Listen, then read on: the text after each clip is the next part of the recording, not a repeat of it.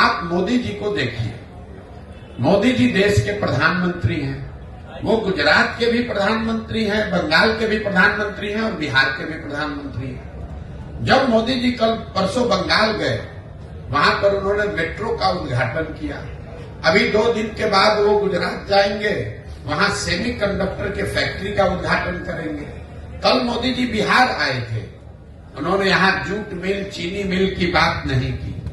यहां पर वो क्या बात कर रहे हैं, लालू का डर दिखा रहे हैं कि हमको वोट नहीं दोगे, भाजपा को वोट नहीं दोगे, जंगल राज आ जाएगा। ये पूरे बिहार को हम 5 किलो अनाज खिला रहे हैं गरीबों को, इसलिए वोट दो। हमने मंदिर बना दिया, इसलिए वोट दो। मोदी जी वही हैं, लेकिन अलग अलग राज्य में अलग अलग तरीका लोग अपनाते हैं। क्यों?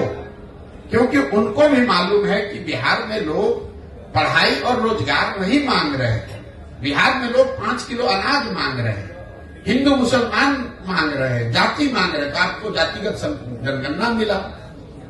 जो चीज आप लोकतंत्र में मांगेंगे वही तो मिलेगा। हम लोग इस पर चिंता करते हैं कि वोट किसको दिया जाए।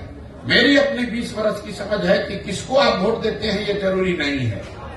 ज्यादा महत्वपूर्ण है कि आप वोट किस बात के लिए देते हैं। एक और आपको आंकड़ा दे रहा हूं, जितने दक्षिण के राज्य हैं जो आज देश में आगे हैं, केरल, तमिलनाडु, कर्नाटक, आंध्र प्रदेश, तेलंगाना, कोई भी ऐसा राज्य नहीं है जहां एक व्यक्ति 10 वर्ष से ज्यादा मुख्यमंत्री लगातार रहा हो। लेकिन बिहार में आप देख लीजिए, 32 वर्ष से लालू नीतीश, इसके आगे हम लोग देखने को तैयार ही नहीं है।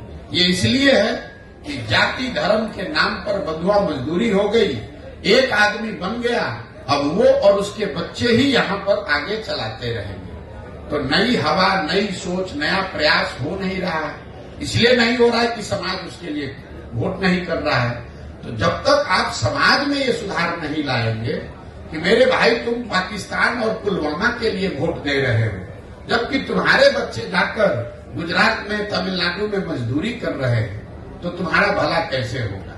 जितने मुसलमान समाज के लोग हैं, मैं 18 महीना से पैदल चल रहा हूं, 5000 से ज्यादा गांव में जाने के बाद मैं रोज मंच से कहता हूं कि दलितों के बाद सबसे ज्यादा गरीब, बदहाल, फटेहाल अगर कोई बिहार में है तो वो मुसलमान है।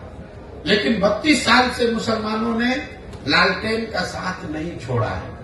इस 32 साल में मुसलमानों ने कभी ये नहीं पूछा लालटेन से कि आप सड़क मंत्री हैं तेजस्वी जी, हमारे गांव में सड़क क्यों नहीं बना। आप ग्रामीण कार्य मंत्री हैं, लेकिन हमारे गांव की नालियों गलियों की दुर्दशा क्यों है। आप स्वास्थ्य मंत्री थे, हमारे बच्चों के लिए अस्पताल, दवा, डॉक्टर क्यों नहीं है। आप शिक्षा मंत्री थे, हमारे बच्चों के लिए पढ़ाई क्यों नहीं है। मुसलमान इन सारे परेशानियों के बावजूद जाकर उसी लालटेन को वोट दे रहा है। यही हाल भाजपा के वोटर का है। कोई नहीं पूछ रहा है मोदी जी से कि भाई आप देश में इतने बड़ी बड़ी बात कह रहे हैं, बिहार की बंद चीनी मिल, जूट मिल कब चालू होगी ये बताओ। आप बताइए, देश में कौन ऐसा उद्योगपति है जिसको अगर मोदी जी ये कह दे कि तुमको बिहार में जाकर चीनी मिल लगाना है और उसका हिम्मत है कि वो कह दे कि नहीं लगाएंगे। फिर मोदी जी ने ये क्यों नहीं कहा? इसलिए नहीं कहा कि उनको मालूम है कि ये काम करे चाहे न करे, बिहार की जनता हमको मुफ्त में वोट देगी ही देगी। उनको मालूम है कि बिहार की जनता भाजपा को सिर्फ एक बात पर वोट देगी, लालू का डर दिखाते रहो, वोट बोड़ा में लेते रहो, मंदिर और अनाज की बात करते रहो, लोगों से वोट लेते रहो।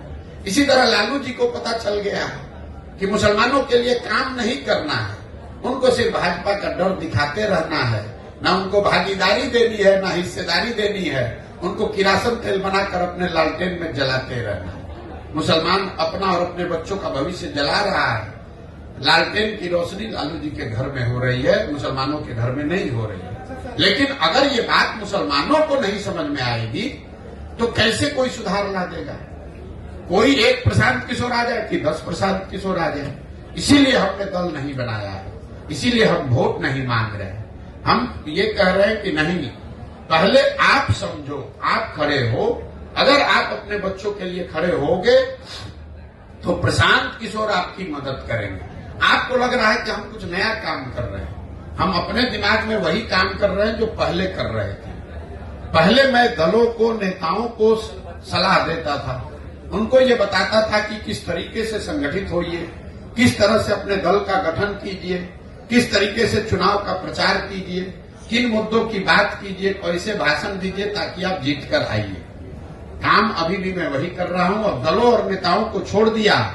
बिहार के गांव गांव जाकर लड़कों को, बच्चों को बता रहा हूं कि मेरे भाई तुम्हें नया दल चाहिए, ये चारों पांचों दलों ने तुमको और तुम्हारे बच्चों को ठगा है, तो तुम साथ में आओ। पैसे की, व्यवस्था की, जाति की, चुनाव की चिंता प्रशांत किशोर पर, जनसुराज पर छोड़ दो। तुम साथ में आओ, एक नया दल, नया विकल्प बनाओ ताकि तुम्हारे और तुम्हारे बच्चों का आने वाला भविष्य बेहतर बने। विकल्प के अभाव में किसी की बंधुआ मजदूरी आपको न करनी पड़े, यही वो प्रयास है।